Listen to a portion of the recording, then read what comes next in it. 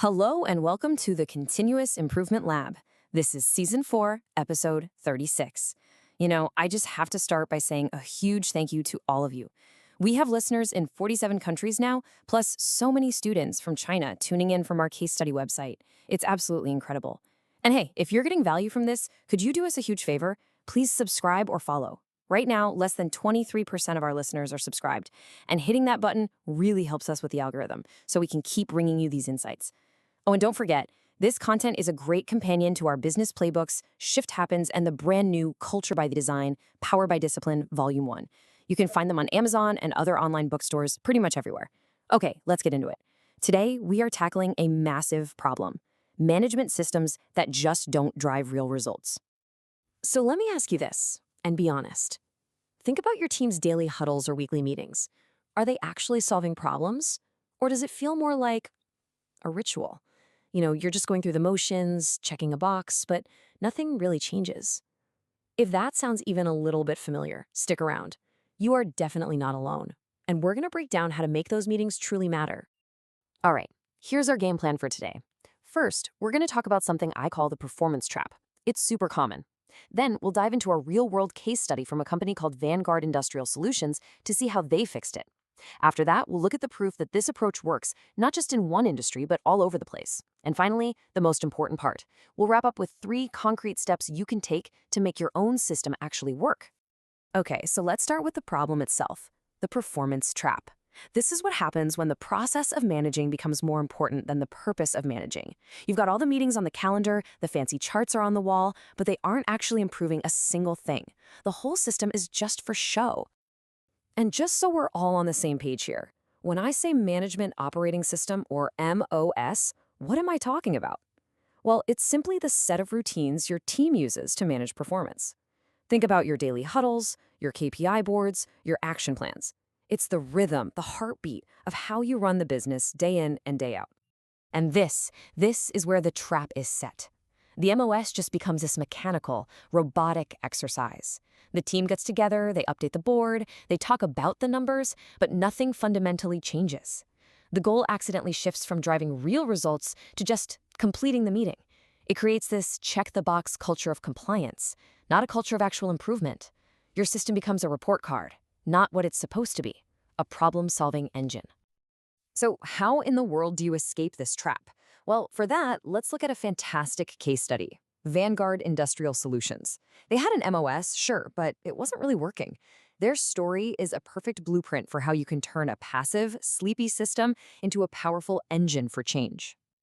And I mean, just look at this contrast. It's night and day. Before they made the change, Vanguard's system was all routine, all talk. They kept missing targets, and quality problems just wouldn't go away. But after the overhaul, they completely shifted their focus. The MOS became the primary tool for actively tackling the plant's biggest headaches, and they started driving real, tangible impact every single day.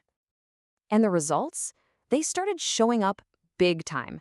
In just 3 months, they managed to slash equipment downtime by 18%. Now that is a huge gain, and it came from one simple shift: using their meetings to actually solve problems, not just report on them.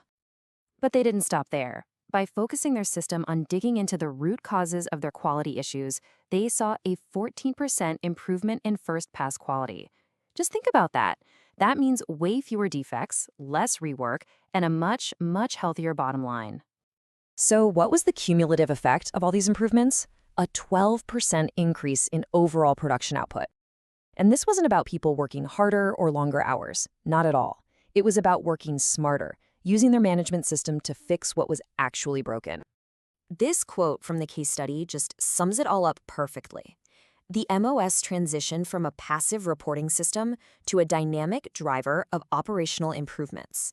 In other words, it became a tool for action, not just a tool for observation. A huge difference.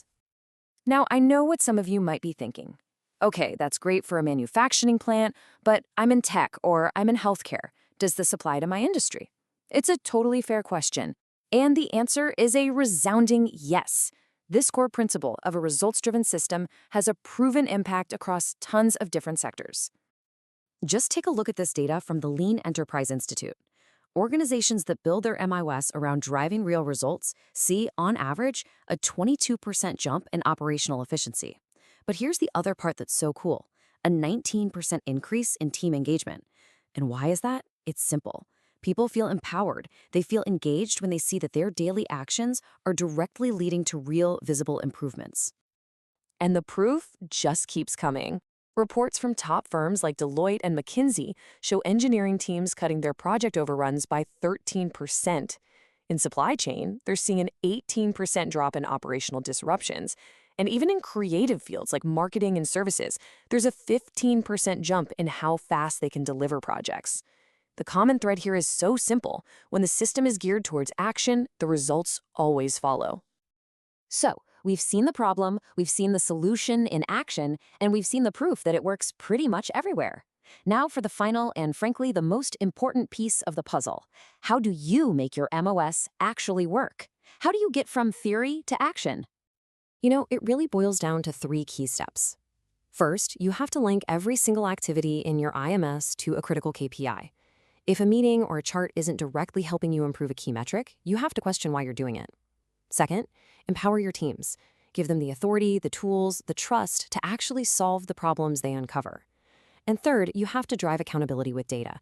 The numbers don't lie. They have to show whether your actions are actually working or not. So I'm going to leave you with a little challenge. Instead of trying to boil the ocean and overhaul everything at once, just think about this one question.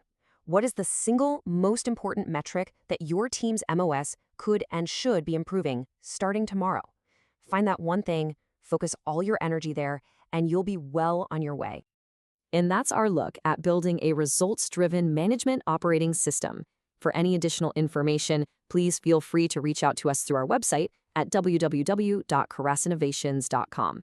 And don't forget to check out our other podcast, The Systems Thinker Show, and our YouTube channel at Karas Innovations Group. Finally, a huge thank you to our executive producer and founder, Lanier Johnson. Thanks so much for tuning in.